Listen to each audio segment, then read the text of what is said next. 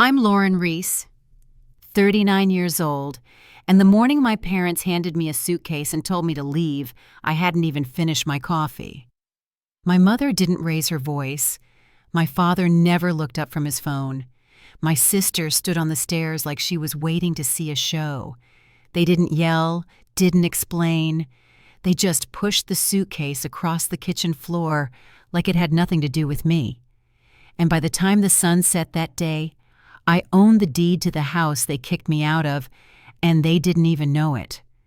Before I go any further, let me know where you're listening from in the comments, and tell me who in your life made you feel like the extra place at the table. I read every single one. The house I grew up in sat at the edge of a quiet neighborhood just outside Raleigh.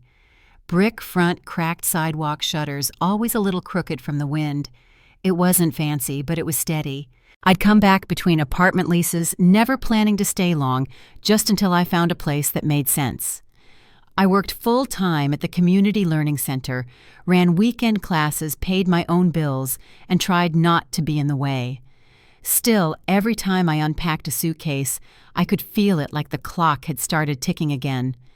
That morning, the air was heavy before the sun even came up. I was sitting at the kitchen table holding a mug I didn't remember pouring. My mom was standing at the stove with her back to me, stirring eggs like she was just killing time. My dad sat across from me, face lit by his phone screen, thumb tapping like he was sending urgent messages to a world that didn't include me. There was no good morning, no how'd you sleep, just that quiet that made everything sound louder, the scrape of a fork, the tick of the fridge motor, even my own breathing. My coat was still on the back of the chair. I hadn't even planned to stay through breakfast. Then my mother spoke. Her voice wasn't harsh. It was even, detached. "We think it's time you stood on your own 2 feet." I blinked, thought. Maybe she was joking. "I've been standing on my own," I said, not too loud. "You're almost 40, my dad added without glancing up. "You've had time." It wasn't about rent. It wasn't about the space. It was about me. Then my sister Danielle came into view from the staircase, one arm resting on the banister, that smirk she always wore when she had the upper hand. "You're not married. No kids." "Still here," she said. My mother turned off the stove, wiped her hands on a towel, and slid something across the tile with her foot. It bumped into the leg of my chair. The suitcase, the old brown one I used in college. I hadn't seen it in years. There was still a faded sticker on the side from a music festival I went to when I was 20. The handle was fraying zipper half open. They didn't offer to help me pack. They didn't offer anything. Just 15 minutes. I stood. I didn't ask for another day. I didn't ask why. My coat was still warm from my shoulders when I grabbed it. My mother called out before I opened the door. "Wait," she said, and held something out, a knitted hat. Blue and gray, slightly stretched. She'd made it for me my freshman year of college. "So you don't freeze," she said. "We're not monsters." I took it in my hand, looked at it for a moment, then laid it gently on the doormat. "I know," I said. "That's why it hurts." I didn't slam the door. I didn't cry. I just walked. Down the driveway, past the yard we used to rake together, suitcase dragging like it had memories in it. I walked until I reached the bus stop on the corner. The bench was cold. The morning was quiet. And as I sat there, fingers stiff in my pockets, counting the holidays I'd come home early and the emergencies I'd shown up for, something buzzed in my coat pocket. A single message from the State Lottery Commission. And that's where I'll pick up next, because what happened after that, before the sun even set, changed more than my address. It changed everything. By the time I stepped off the bus downtown, the suitcase handle had left an imprint on my palm. I hadn't packed anything. I didn't need to. There was nowhere to put it anyway. The sun was still low, the sidewalks mostly empty, except for a few folks on their morning commute. I found a bench outside a small cafe that wasn't open yet, sat down, and let the quiet settle around me. I hadn't spoken to anyone since leaving the house. No texts, no calls. Just one message still glowing on my phone screen, an official notification from the North Carolina Lottery Commission. I kept rereading it, waiting for it to disappear. It didn't. I reached into my wallet and pulled out the lottery ticket I'd almost thrown away the week before. I'd bought it after a long shift tutoring adult learners over in Garner. I was tired, hungry, and didn't want to go home yet. I stopped at a gas station off the freeway to get a bottle of water and a snack and grabbed the ticket on a whim. One of those little impulse decisions that usually mean nothing. I looked down at the numbers again. 24, 13, 39, 8, 31, 5. They matched. I stared for a long time. I didn't feel anything right away. Not excitement, not even shock. Just stillness, the kind that makes everything else feel far away. A few cars passed. I didn't move. I didn't even feel the cold anymore. I didn't call my mother. I didn't tell my father. I didn't text Danielle. I sat there with a ticket that could change my life and felt like I was holding something too sharp to grab tightly. After a while, I walked to the nearest hotel that didn't require a reservation. They had a room available, nothing fancy but clean and warm. I paid for the night in cash and took the elevator to the 3rd floor. Inside, I stood for a long time by the window. The bed was made. The curtains were drawn halfway. I hadn't slept in a room this quiet in years. I took a shower with the water turned up as hot as it would go. Then I wrapped myself in a towel, ordered room service chamomile tea, roast chicken, mashed potatoes, and sat on the edge of the bed while it rained outside. There was a voicemail from Danielle. I listened. "Just so you know, Mom says you left a mess in the guest room. Real classy. Don't expect to come back." She hung up without waiting for a response. I stared at the screen for a few seconds, then deleted the message. I didn't cry. I didn't speak. I just reached for the suitcase I hadn't packed and opened it to look for a clean shirt. That's when I saw the hat. Tucked in the corner, half buried under the lining. Blue and gray stretched at the edges. The same one Mom handed me on the porch, the one I'd left behind on the doormat. Somehow it ended up with me anyway. I picked it up, turned it over in my hands. I didn't put it on. I didn't throw it out. I folded it and slid it back into the bottom of the suitcase. The next morning, I walked into the bank with my suitcase in one hand and the lottery claim slip in the other. The lobby was quiet. Carpeted floors, fluorescent lights humming overhead. A young woman behind the counter looked up when I approached. She saw the paper I slid toward her and paused. "Could you verify this, please?" I said. She blinked, picked it up, and then looked back down at it like she wasn't sure she'd read it right. Her hand hovered over the keyboard. Then she nodded and picked up the phone. I stood there, coat still zipped, suitcase by my feet. I didn't shift. I didn't look away. A few minutes later, a man in a gray suit stepped out from a glass office in the back. He introduced himself as Darren, the branch manager, and invited me to follow him. Inside his office, the air was cooler. The blinds were half drawn. He offered me water. I shook my head. "We'll begin the formal process today," he said, tapping on his tablet. "It'll take a few days for the funds to clear, but this is a major event. Congratulations." I nodded. "I'd like to set up a private account, fully independent, no shared access." He made a note, then looked up again. "Ellis. Is it? Are you by any chance related to Robert Ellis? He used to come in years ago, managed the Ellis Family Trust." My hand tightened slightly around the armrest. "I don't believe so," I said. He hesitated, clearly, curious but didn't press. "No worries. That account hasn't been active in some time. Just thought I'd ask." Later that day, I found a quiet cafe near Moore Square, ordered another cup of tea, and sat at a corner table with my coat still on. The city was waking up outside. People walked past the windows. I let the tea cool before drinking it. The last few days had been a blur. I kept thinking about that spelling bee when I was 10, the one I won after memorizing words every night for weeks. When I got home that day, Dad barely looked away from the TV, said, "That's nice, but your sister made honor roll." It wasn't that he was disappointed. He just didn't notice. That's what I remembered most, the way nobody noticed. That afternoon, I returned to the bank to meet with an advisor. Her name was Michelle. She was patient. She didn't ask why I looked tired. She didn't ask about the suitcase still by my side. We went over everything together: investment accounts, security protocols, documents I'd need to sign. She handed me a pen and asked, "Name on the account." I paused, then answered, "Lauren Reese." "Just yours?" she asked. "Just mine."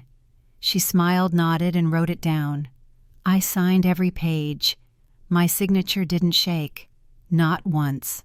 By late afternoon, I was driving south toward Fayetteville, toward Aunt Ruth's house, the only person left who might still open a door without asking questions. It had been over a year since we'd last spoken. As I turned down her familiar street and pulled into the gravel driveway, I could already smell the cinnamon rolls she used to bake on Sunday mornings.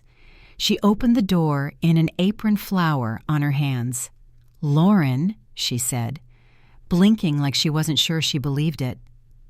"I thought you were still with your folks." I gave a small smile. "Guess that's not the case anymore."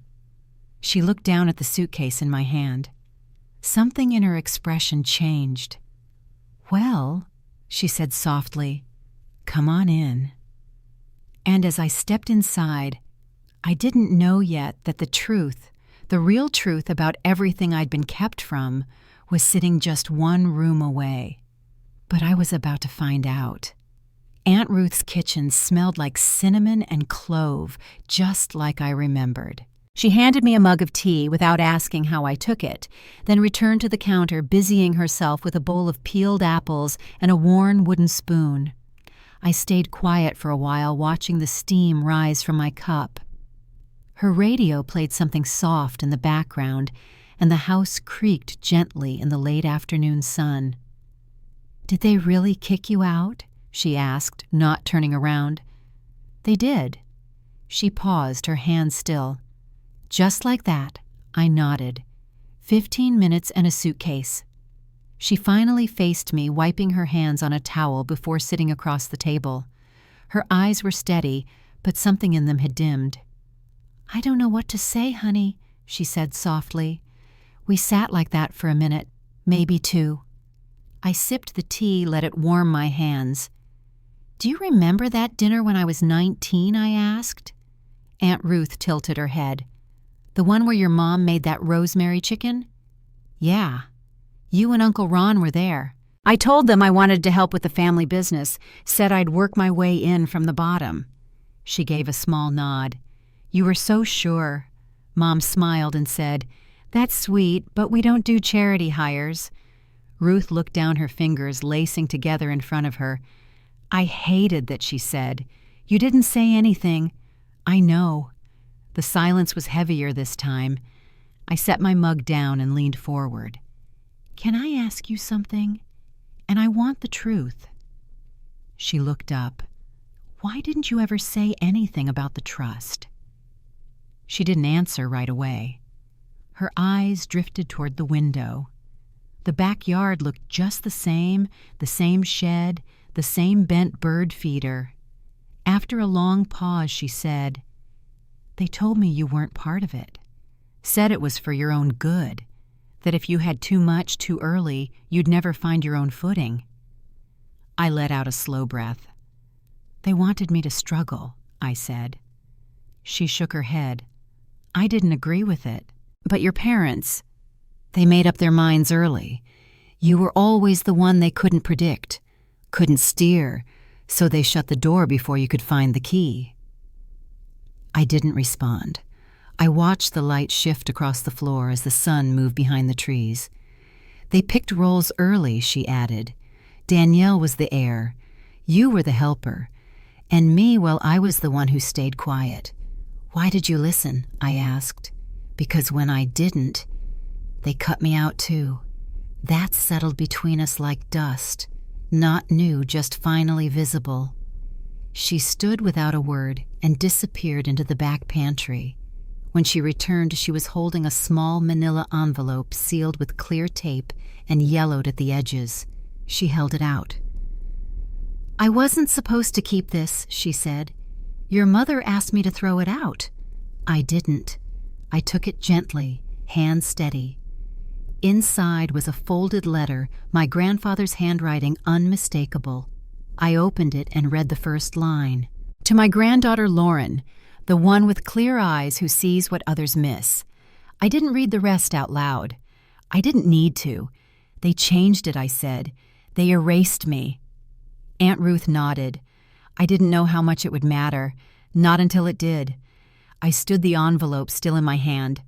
I'm not here to cause damage, I said, but I am here for the truth. She looked at me for a long time, then gave a quiet nod. Then, you better be ready for what comes next. I zipped the envelope into the inside pocket of my coat, picked up my suitcase, and headed out before the sun dipped too low. The drive to Charlotte took just over 2 hours. I didn't play music. I didn't take a call. I drove in silence, the kind that isn't empty, just full of everything that's never been said. I'd bought a dress the day before. Clean-cut, bold color, no shimmer or sequins, just something simple that fit me, not who they wanted me to be. Not too loud, not invisible. The rooftop bar shimmered with soft gold lights and laughter. The kind of place Danielle loved. She stood near the terrace in a fitted gown, her voice easy glass of champagne in hand. I waited by the entrance until her eyes found me. Her expression faltered just for a second. Who told you where this was? She asked, tone flat. Nobody, I said.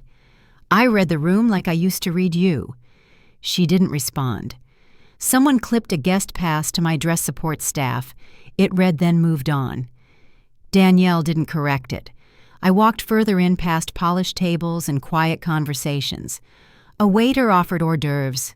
Danielle took one. Actually, just one, she said when he turned to me. I stepped aside and circled to the bar, asked for a glass of water, then found my way to the terrace. The skyline stretched wide and calm in the distance. I didn't stay long. I heard the chime of a glass behind me, then her voice. To family who knows when to stay in their lane, she said. Soft laughter followed, some polite, some not.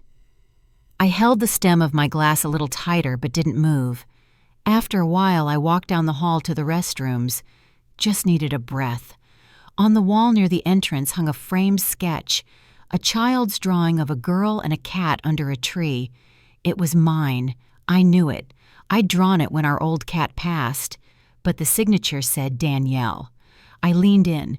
My initials had been scrubbed out faint, but still there. I turned and headed back. The music had shifted to light jazz, the crowd looser now. I walked to the DJ. I didn't raise my voice, just asked for one song. When it started, the room changed. It was our father's favorite Slow Aching, didn't belong in a setting like this. I stepped into the center of the floor alone and let the music carry me. No one joined. No one interrupted. I left the rooftop just after sunset. The wind off the building cut sharp through my coat, but I didn't zip it. The music was still playing behind me, soft and polished, and somewhere above glasses were clinking again, like nothing had shifted. But I had. I walked until the lights of downtown Charlotte faded behind me, then turned onto a quieter street where the sidewalks were cracked and the trees leaned low over the road. My hotel was a block away, but I didn't go straight there. I needed one more stop. At 8:03 the next morning, I stepped off the elevator on the 11th floor of a midtown office building. Neutral carpet, frosted glass doors, soft-spoken receptionist who greeted me by name. I signed in, took a seat, and waited with a folder in my lap.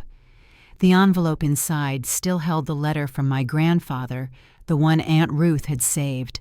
I didn't open it again. I didn't need to.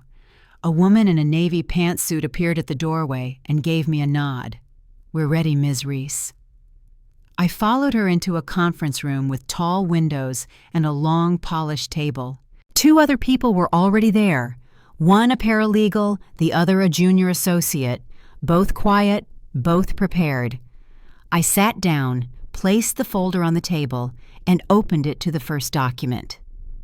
"This entity," I said, keeping my voice even, "will hold all funds related to the lottery disbursement, including charitable giving, property acquisitions, and investments. There will be no secondary signatures, no family representatives, no amendments outside of direct legal counsel." The associate nodded, scanning the paperwork. "Understood." I slid another envelope forward. "And this," I said, "is for the title transfer. The house is occupied by 2 tenants in violation of the ownership agreement. I want the proceedings to begin today." She paused, glancing down at the file. "You know the occupants." "I do," I said. "They're my parents." She didn't respond. She didn't have to. She just gave a small nod, opened a drawer, and began organizing the documents. Weeks earlier, when I had first confirmed the lottery win, I kept my name off the paperwork. I created the shell company quietly. The house had gone on the market for a private sale after the taxes fell behind. It never made the listings. I submitted the offer through the LLC. No one questioned it. No one looked twice. The closing took 15 minutes. The agent asked if I was sure I didn't want the deed in my own name. I told him I was sure. He assumed it was about estate planning. He didn't know it was about something else. Now, sitting in that conference room, the process was already in motion. The paperwork was clean. The house at 314 Alder Street, the one they pushed me out of, was legally mine. By mid-afternoon, I was seated across from a woman named Mara Director of the Havenwell Women's Shelter. We met in a quiet cafe just off Freedom Park's small round table by the window, fresh flowers in a glass jar between us. "I'm here on behalf of an anonymous donor," I told her. "This is for your scholarship fund. It's designated for women in transition housing support, job training, education. You'll also be able to offer direct stipends through the Lumen Fund. That's the only name it needs." Mara looked down at the certified check. "Are you sure about this?" she asked, her voice low. "Yes." Her eyes misted. "This changes everything. I didn't ask for a photo. I didn't ask for a mention on the website." I thanked her for her work, stood, and left without looking back. The porch of my new place faced west. The late fall leaves had started to curl in orange and red along the edge of the lawn. I had a small rocking chair, a new kettle in the kitchen, and a phone that buzzed just as I sat down with a mug of tea. It was from Danielle. The message said only, "They know." I didn't answer. I set the phone down and let the steam from the cup rise gently past my face. The next morning, she was on television. The show aired out of Charlotte bright-set velvet couch, a floral centerpiece between the host and guest. Danielle wore a soft pink blouse and her hair curled over one shoulder. The caption at the bottom of the screen read, "Family rift after lottery, windfall. Sister speaks out." I watched from the kitchen sound, low cup in hand. "She's always struggled," Danielle said, smiling gently.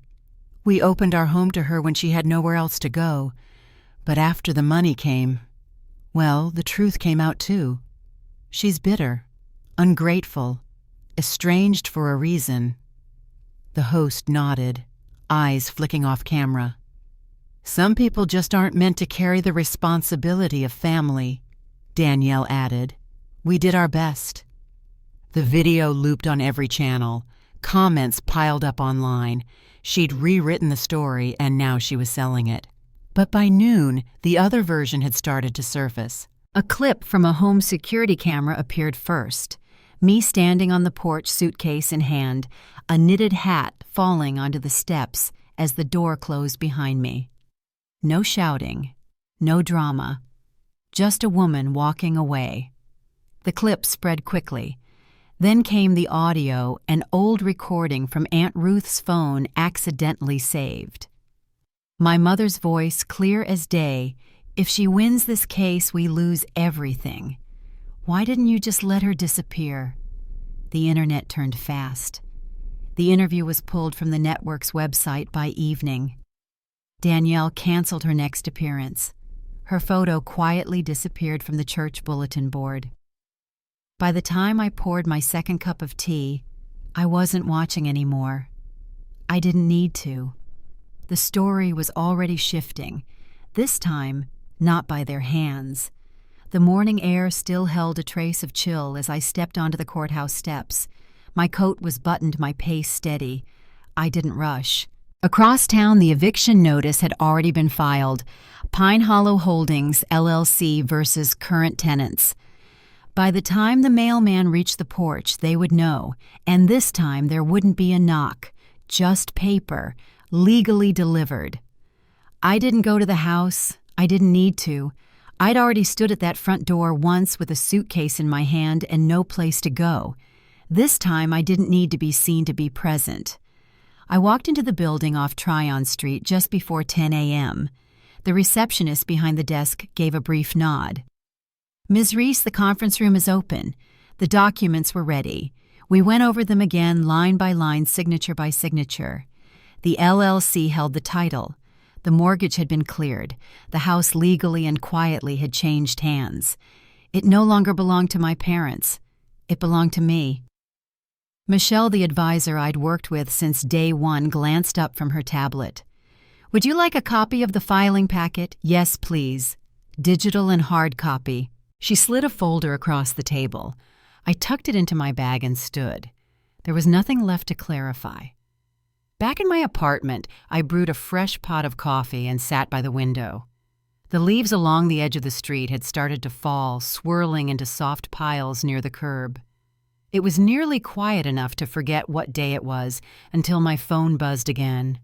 A voicemail this time, from Aunt Ruth. I played it with the speaker turned low. "She didn't start this war," she said softly, "but I think she's finally ending it." I didn't reply. I just let the message sit in the silence a little longer. Later that afternoon, I met again with Mara from Havenwell. This time we sat in a back office at the shelter itself. The walls were lined with framed photos, graduates of the program certificates from local colleges, small painted canvases signed in colored marker. I placed a second envelope on the desk. She opened it slowly, eyes scanning the numbers. "This is for the Lumen Fund," I said. "It'll cover 2 years' worth of tuition, room and board, and childcare for anyone pursuing vocational training." She nodded too, moved to speak right away. This allows us to plan long-term. That's the point." She looked up. "You want to stay anonymous?" "I do." Mara folded the check carefully, then reached across the table. I shook her hand, thanked her, and let the door close behind me as I stepped back into the soft evening light. At home, I set my bag down and turned on the porch light. The sky had gone from pale blue to deep amber, the kind of fall twilight that always feels quieter than it should. I poured myself a cup of chamomile tea and sat on the porch rocker. The house was small, just enough room for what I needed. But the quiet here was different. It didn't press in. It rested. The next morning, I didn't turn on the news. By early afternoon, I started getting texts, mostly from people I hadn't spoken to in months. Friends of Danielle, neighbors, a cousin I'd barely seen since our grandfather's funeral. She was on TV again, one message said. Another, "You might want to watch this." I waited until later that evening. I found the clip online, turned the volume down low, and watched the playback from my kitchen. Danielle sat straighter this time, hair curled tighter, voice more polished. "She's not well," she told the interviewer. "We've always supported her. But when money enters the picture, people show who they really are. We didn't turn our backs on her. She just stopped being grateful." The host shifted awkwardly in his chair, smiled too wide, and asked something vague about healing. Danielle nodded. "We wish her the best. Truly. But we have our own lives to live." The screen faded to commercial. I let the silence return, then picked up my phone and sent one text. "Upload now."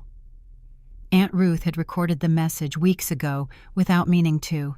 She'd saved it when she realized what it was. I'd held on to it, unsure of when or if I'd ever use it. Now it was live. The audio clip played just once. My mother's voice flat and tired. "If she wins this case, we lose everything. Why didn't you just let her disappear?" The video cut to black. No captions, no commentary, no names. By midnight, the clip had spread. The hashtags wrote themselves. Hashtag she didn't disappear. Hashtag rewriting the rewrite. Not your scapegoat. The networks pulled Danielle's segment from the rerun lineup. Her next scheduled interview was canceled. My inbox stayed quiet. That weekend, I took a walk past the old neighborhood. The house sat still behind the same warped fence porch light, off shutters cracked at the corners. A foreclosure notice was nailed to the front post. I didn't need to go inside. I already knew what was there. The courthouse hallway was cooler than expected. I stood outside the hearing room in the same coat I wore the day I was pushed out, brown wool blend still faintly scented from cedar blocks. I hadn't planned it that way. It was just the coat that hung closest to the door that morning. Still, I kept it on, buttoned all the way as I stepped inside and took my place at the plaintiff's table. Danielle was already seated across the aisle, her lawyer whispering something while she kept her chin high, hands folded in her lap. She didn't look at me until the clerk called the room to order. Then briefly she glanced over. Her expression didn't move. The judge entered. A woman in her 60s, gray at the temples robe, crisp and plain. She adjusted her glasses and looked down at the docket. Reese v. Reese. Allegations of defamation, misappropriation, and unauthorized access to financial accounts. Are both parties prepared to proceed? Both attorneys answered yes. Opening statements came first. Danielle's attorney leaned into the microphone voice, smooth and dismissive. "This case, Your Honor, is not about justice. It is not about theft. It is about resentment. Our client's sister received a windfall and has since launched a campaign to humiliate her family over old slights and imagined wrongs." He gestured toward me without fully turning. "We intend to show that this is not a matter of financial harm, but emotional vendetta." When it was my lawyer's turn, he didn't raise his voice. "We'll begin with documentation," he said, of a joint bank account opened in the plaintiff's name at age 17. Deposit history, withdrawal records, access patterns logged well into her 30s, well after she'd moved out and without her knowledge or permission. He placed a folder on the edge of the table. The clerk collected it and passed it to the bench. The judge flipped through the first few pages silently. Her brow shifted slightly. And following the defendant's formal eviction from the family home, my attorney added those same accounts were still being used, by individuals no longer authorized to do so. The first witness was a bank officer, mid-40s, professional calm. These withdrawals, my lawyer said, pointing to the printout, occurred after March 17th. Were they initiated by the primary account holder? "No, ma'am," she replied. "These were made using the card registered to the secondary user, still active at the time under Mr. Reese's name. And that card was never removed from the system, no. It remained linked to the account." Danielle's lawyer objected, said it wasn't theft, just oversight, that families sometimes forget to update paperwork. The judge made a note but said nothing. When we returned from the brief recess, my lawyer kept things simple. "This isn't about a single account," he said. "It's about a pattern, a daughter who was allowed to give but not receive, who paid bills, covered debts, filled in gaps without complaint, but who was not extended the same consideration in return." He paused, and when she finally had something of her own, she was cast as the threat. Danielle shifted in her seat. Her lawyer leaned over, whispered again. She didn't respond. We moved to exhibits, communications, screenshots, financial statements. The court record filled slowly, page by page. Then it was my turn to speak. I stepped to the witness stand, took the oath, and sat down. My lawyer asked the basics: name, age, place of employment, the timeline of events. Then he handed me a sheet with the original deposit from that freelance design job when I was still in high school. "Do you recognize this transaction?" "Yes," I said. "It was the first job I ever completed on my own. The check was small, but it mattered." "And where did that payment go?" "I gave it to my father," I said. "He said it was safer if he handled the deposit." I kept my voice steady. The courtroom was quiet. Then Danielle's lawyer stepped forward. His tone was polite, his phrasing careful. "Ms. Reese, are you aware that the total amount withdrawn over those years, what your counsel claims was unauthorized, amounts to less than $800? "Yes." He spread his hands slightly. "So you're suing your sister?" "Over less than $1,000, I leaned toward the microphone. "It's not about the amount," I said. "It's what it meant." He paused. "You want to explain that?" "Yes," I said. "It wasn't just money. It was a message that I owed them for existing, that what I earned wasn't mine to keep, that I was only useful if I handed things over and stayed quiet." There was a faint rustle in the gallery. Someone cleared their throat. Danielle whispered something to her lawyer. He didn't respond. Then Aunt Ruth stood from the back row. "Your Honor," she said, her voice not loud but clear with the court's permission, "I'd like to play a voicemail left on my phone, accidentally." The judge glanced at both sides. Any objections? Danielle's lawyer started to speak, then stopped. "Proceed." Ruth stepped forward with her phone already queued up. She pressed play and held it steady. "If she wins this case," my mother's voice said, crackling slightly, "we lose everything. Why didn't you just let her disappear?" The sound cut off. No one spoke. The judge didn't move. Danielle's lawyer slowly closed his binder. The silence held for several seconds before the judge cleared her throat. "That she said is not just negligence. That is intent." Danielle turned to her husband, eyes wide. "You said it was deleted." He shook his head. "You're the one who kept talking." The judge raised her gavel once. "Enough!" 30 minutes later, the decision was entered into record. The court found in my favor on all counts. Damages to be paid. Defamatory statements to be publicly retracted on the same platform where they first aired. The judge asked if I wanted to make a statement. I stood, walked to the front, pulled a folded note from my coat pocket, the same one my mother had left me on the porch months earlier. "You've made your choice. Don't come back." I didn't read it out loud. I didn't need to. I held it for a second, then folded it again and slipped it back into my pocket. The courtroom emptied slowly. Reporters whispered. Clerks gathered papers. Outside, the sky had turned soft and gray. I didn't stop to speak. I walked down the steps without looking back. I didn't go home right away after the courthouse. I walked a few extra blocks through downtown, past shuttered storefronts and a bakery with its chairs stacked for the night. The heels I wore clicked against the sidewalk, steady and unhurried. For once, I wasn't trying to outrun a memory. I was just letting the quiet catch up. Back at my apartment, I left the folder from the trial on the kitchen counter and set a kettle on the stove. The coat stayed on the back of the chair. I poured tea into a plain white mug and carried it out to the small porch where the last bit of light was pulling away from the trees. From there, I could see the narrow street below, lined with maples, just starting to lose their color. My phone buzzed once on the table beside me. No name, just a number I hadn't saved. I picked it up and waited a few seconds before answering. It was my mother.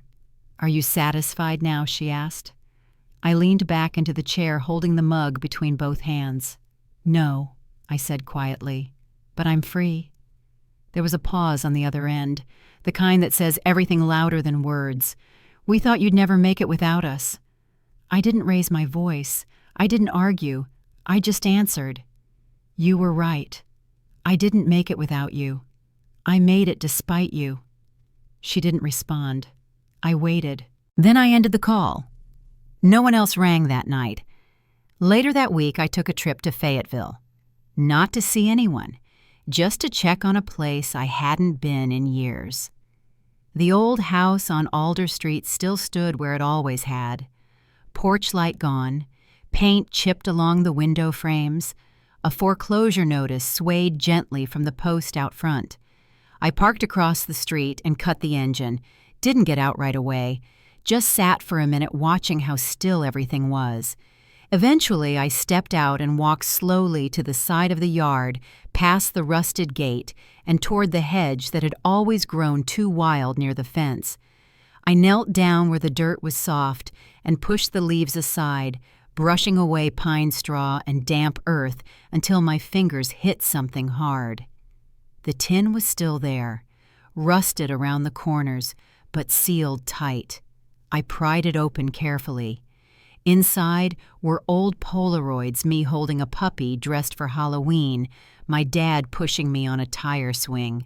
There were 2 small sketches folded together with my name scribbled in the corner, and a birthday card with faded ink. "To my brightest light, happy 10th birthday. Don't let the world dim you." I read the line softly, then folded it back the way I'd found it. I didn't take anything with me. Some things are meant to stay buried, to be remembered, not reopened. I placed the tin back in the soil, covered it with leaves, and stood slowly. My knees ached a little from the damp, but I didn't mind. By the time I returned to the car, the sun was just starting to dip low over the rooftops. The air smelled like honeysuckle and the tail end of cut grass. It hadn't changed, but I had. The next morning, I sat down with a gallery owner in a small space tucked between 2 bookstores.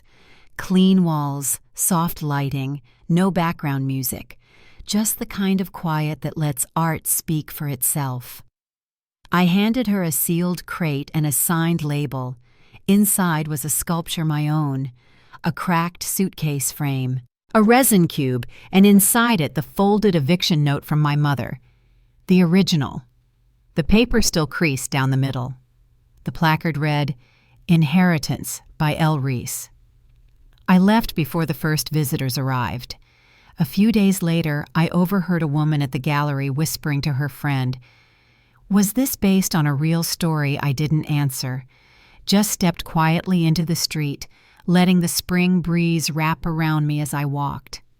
The day the exhibit opened to the public, I didn't tell anyone I'd be there. I stood quietly near the back wall, watching as people moved from piece to piece. Some paused in front of Inheritance longer than others. A few leaned in close to read the small inscription. No one asked who had made it. No one pointed me out. And that was exactly how I wanted it. I slipped out before the gallery closed, walked down to the cafe on Pine Street, and ordered a tea to go. While I waited, I scrolled through the messages I hadn't opened in weeks. There were a few from Mara updates on new residents at the shelter, notes about the Lumen Fund's impact. One of the women had completed her first semester of night classes. Another had just gotten her CNA certification. I replied with a quiet thank you and closed my phone. A few days later, Aunt Ruth sent a letter. Not an email, not a text. A real envelope with my name in her slanted handwriting across the front. Inside was a photo. It was taken sometime in the late 90s. I was maybe 12, holding a plastic trophy I'd won at the regional science fair. My dad was next to me, half-smiling sunglasses perched on his head. Danielle stood behind us with her arms crossed, eyes rolled toward the ceiling. On the back, Aunt Ruth had written 5 words. "You were always the light." I placed the photo inside a frame on my nightstand, not for sentiment, but as a reminder of what was lost and what I'd built anyway. The foreclosure on my parents' house went through quietly. No one contested it. No one appealed. Danielle moved to another city not long after. We haven't spoken since the trial, and I don't think we ever will. But I'm not angry anymore. That part of me settled. Somewhere along the way, I stopped needing their version of love. It took time and distance and silence. But eventually, I found peace, not in being understood, but in being okay with not being. These days, my mornings are slow and mine alone. I wake early, open the windows, brew my coffee without checking headlines. I plant new flowers out front each season, even if the soil is stubborn and the sun comes in patchy. I still talk to Aunt Ruth once a week, sometimes more.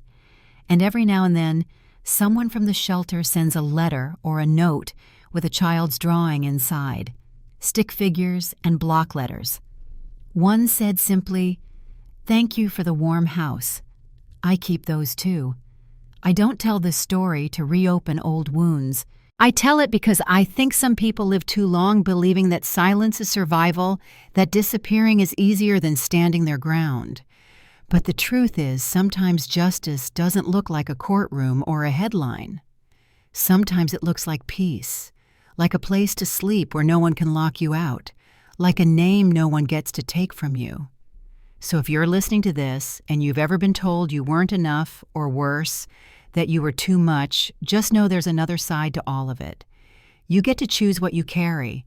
You get to decide what stays buried and what blooms. Thanks for hearing me out. If this story resonated with you, I hope you'll share it with someone who needs it. And if you're still writing your own ending, take your time. Quiet strength leaves the deepest roots.